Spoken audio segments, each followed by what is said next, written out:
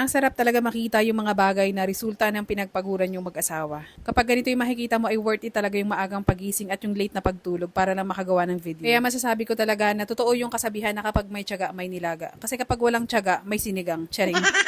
Medyo malaki na nga rin palang improvement at ipapakita ko sa inyo, ito yung magiging kwarto ko or yung aking studio kung saan ako magla-live. Dito ko gagawin yung aking trabaho sa buong maghapon. At dito sa may parting ito, dito naman yung magiging bedroom ng mga anak namin. Kasama na rin yung storage area sa katabi ng room nila. And then, ito naman yung stairs sa gitna tapos papunta sa aming master's bedroom. Akalain mo yun, yung dating nagsisiksikan lang kaming apat sa isang maliit na kwarto na para kami mga sardinas. Ngayon may kanya-kanya ng kwarto. Kaya naman sa lahat ng mga nangangarap na magkaroon ng sariling bahay, na komportable sila, wag na wag niyong susukuan kasi talagang kapag yan ay tinanabaho nyo at sinamahan nyo ng maraming dasal at pananampalataya, talagang ibibigay yan sa inyo ni Lord. Dati masaya na kami na meron na kaming sariling bahay, yung tipong nakakakain kami 3 times a day tapos nakakabayad kami ng bills.